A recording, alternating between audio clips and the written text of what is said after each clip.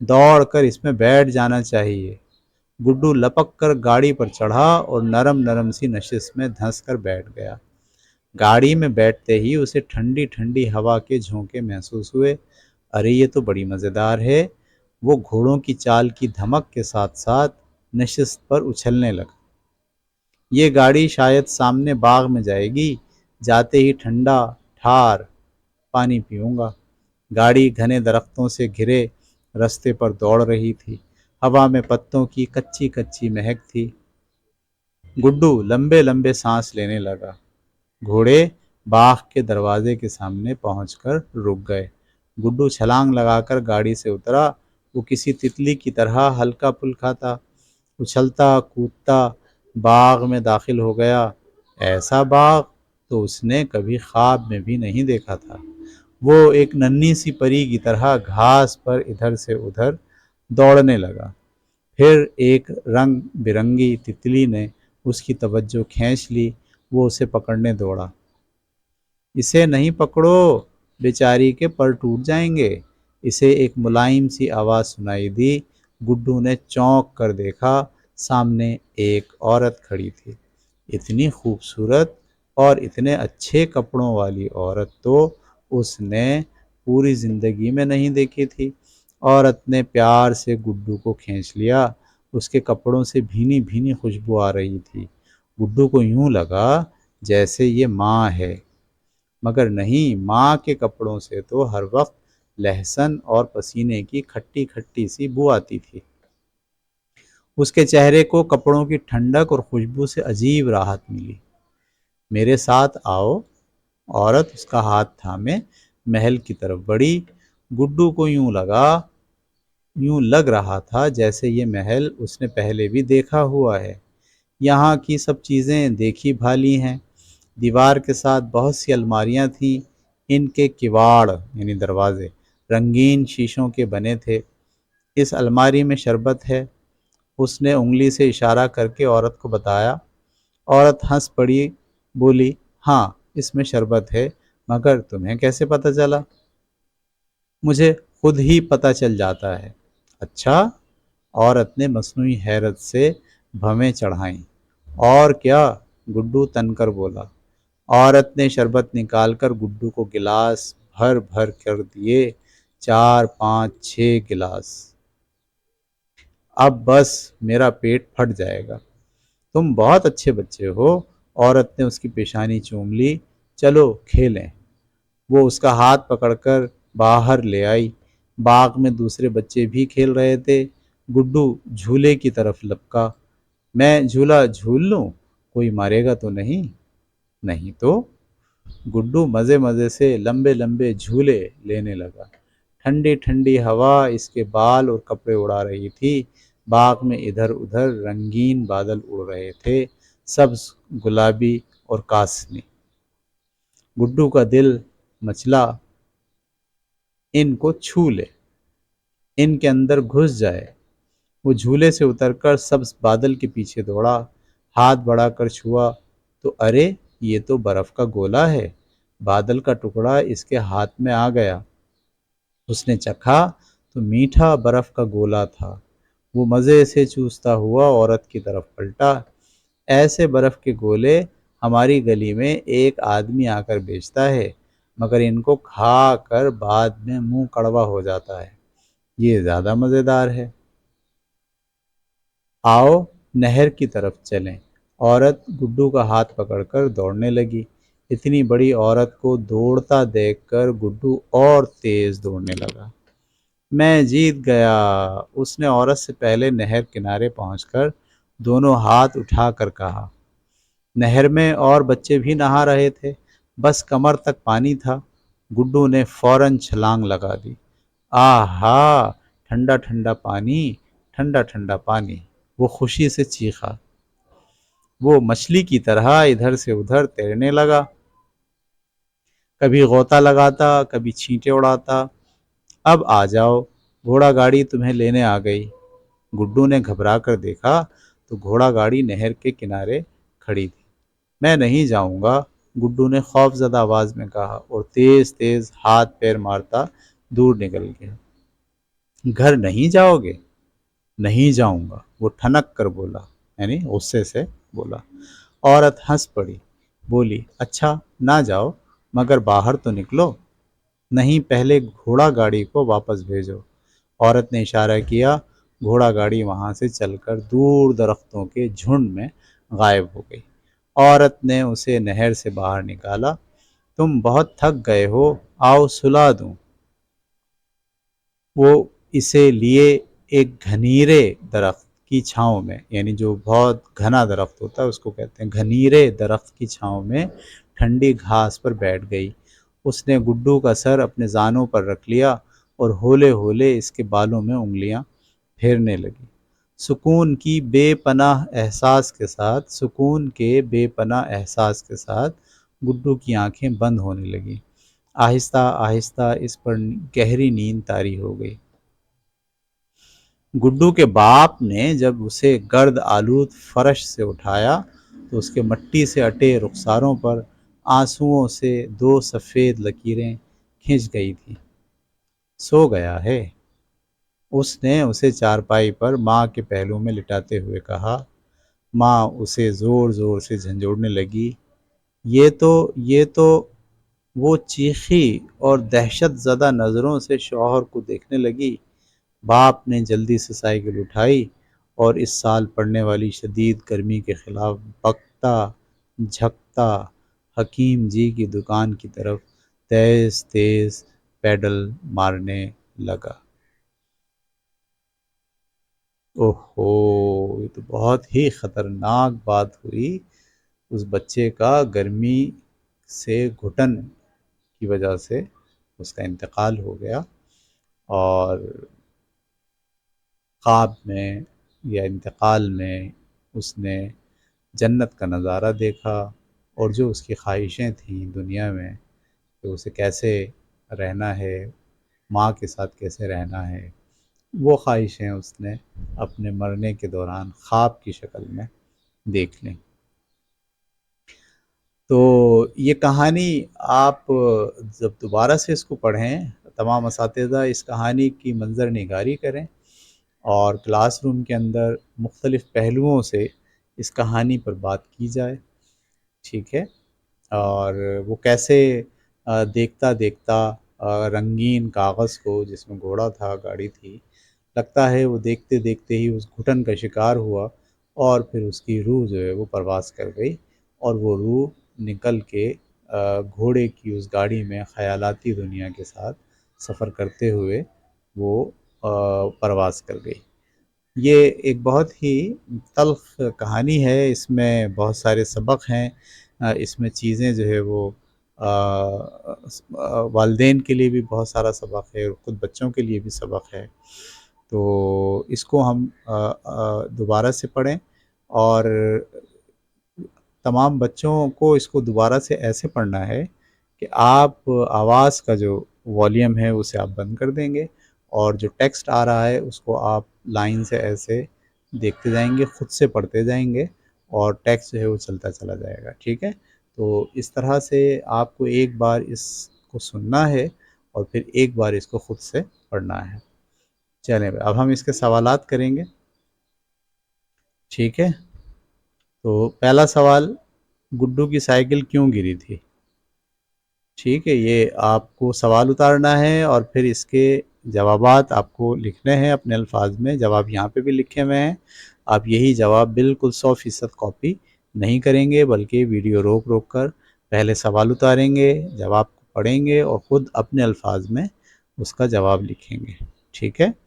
چوتھا سوال، چوتھے سوال کے بعد نیچے 5واں سوال، چھٹا سوال، اور اسی طریقے سے یہ 7واں سوال۔ ویڈیو کو روکیے، سوال دیکھیے، سوال کاپی میں اتاریے، اس کے جواب کو پڑھیے اور جواب بھی اپنے الفاظ میں کاپی میں لکھیے۔ یہ 10 سوالات ہیں، یہ 10 سوالات آپ کو اپنی کاپی میں کرنے ہیں۔ اس کے بعد یہاں سے شروع ہوتا ہے خالی جگہ، یہ پہلی سے 7ویں تک کی خالی جگہ ہیں، یہ آپ کو اپنی کاپی میں اتارنی ہے، اور خالی جگہ میں جو مناسب لفظ آئے گا وہ آپ کو لکھنی ہے۔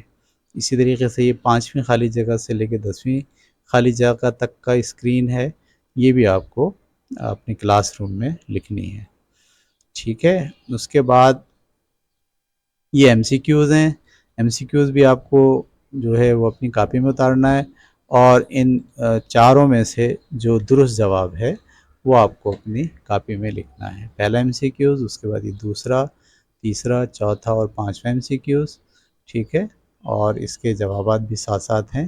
ویڈیو کو روکتے جائیے، کاپی کے اندر ایم سی کیوز لکھتے جائیے، اور جو درست جواب ہے اسے اپنی کاپی میں اتار لیجیے۔ باپ نے گڈو کو کیا دیکھ کر غصہ کیا، خواب میں گڈو کہاں سو گیا، گڈو کے باپ نے آخر میں کیا کیا، ٹھیک ہے۔ اچھا، گڈو کی سائیکل، پھر یہ جملے غلط ہیں، ان غلط جملوں کو آپ کو درست کرنا ہے۔ گڈو کی سائیکل کہاں گری تھی وغیرہ وغیرہ، سارے جملے غلط ہیں، آپ کو یہ جملے درست کرنے ہیں، اور یہ چھٹے سے لے کے 10ویں سوال تک کے جملے ہیں، ٹھیک ہے۔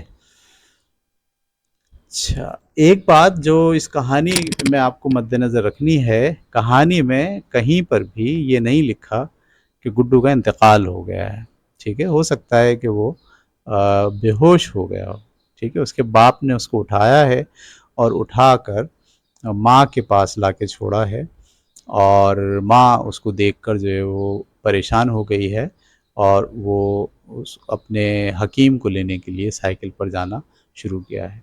تو اس کہانی کا انجام کیا ہوا، ٹھیک ہے، یہ کلاس میں ٹیچر اس پر بات کر سکتے ہیں۔ دو طرح کے انجام آپ دکھا سکتے ہیں، ایک انجام یہ کہ اس کا انتقال ہو گیا، اور ایک انجام یہ کہ اس کا انتقال نہیں ہوا بلکہ وہ گھٹن کی وجہ سے اور گرمی کی وجہ سے بے ہوش ہو گیا، اور بے ہوش ہونے کے بعد حکیم کے آنے کے بعد اس کا علاج ہوا اور وہ پھر ٹھیک ہو گیا۔ اس سارے سینیریو میں باپ کا رویہ کیا رہا آخری میں، ماں کا رویہ کیا رہا آخری میں، ٹھیک ہے، اور سائیکل کیسے ٹھیک ہوئی، سائیکل میں کیا خرابی ہو گئی تھی۔ اس کہانی کو آپ کو آگے بھی بڑھانا ہے، کہانی کو آپ کو سائیکل سے پہلے، اس کہانی سے پہلے جو اس کے والد صاحب کمپنی میں کام کرتے تھے تو وہاں انہوں نے کیسے درخواست دی ہوگی، ٹھیک ہے، اور کیسے ان کو سائیکل کا یہ قسطوں پر سائیکل ملی ہوگی۔ یہ پرانے زمانے کی کہانی ہے، جس زمانے میں سائیکل کی بڑی اہمیت تھی اور لوگوں کو سائیکل بھی قسطوں پر خریدنی پڑتی تھی۔ کہانی کو پھیلائیے، پیچھے کی طرف جائیے، یعنی جہاں سے کہانی شروع ہوئی تھی اس کو بھی پھیلا دیجئے، جہاں کہانی ختم ہو گئی ہے آپ اسے ختم ویسے نہیں کیجئے جیسے کہ یہاں مصنف نے ختم کی ہے، بلکہ آپ اس کہانی میں اضافہ کریں۔ یہ کلاس روم میں 3 دن میں 2 دن میں اساتذہ اپنے بچوں کو ڈیفرنٹ انداز سے اس کہانی پر غور کرنے کی بات کریں۔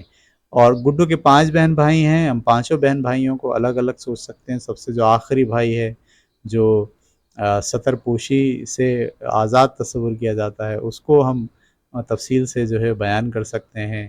گڈو کی جو ماں ہے وہ بہت صابر، بہت محنتی عورت ہے، اس کے لحاظ سے ہم بتا سکتے ہیں۔ گڈو کا باپ اتنے غصے میں کیوں رہتا ہے، اس کی کیا وجوہات ہیں، کیا وہ کون سا ایسا کام کرتا ہے جس کی وجہ سے، کون سی کمپنی میں کام کرتا ہے جس کی وجہ سے بہت زیادہ غصہ آتا ہے۔ یہ سب باتیں آپ اپنی کلاس روم میں اس کو ایڈریس کریں، اس پر بات چیت کریں بچوں سے، تاکہ بچے آپ کے سوالات کے اوپر سوار ہو کے، لفظوں پر سوار ہو کے اس کہانی کے منظرنامے کو اپنے ذہنوں میں محفوظ کریں، ٹھیک ہے۔ چلیں اگلی کہانی تک کے لیے اجازت دیجیے، اللہ حافظ۔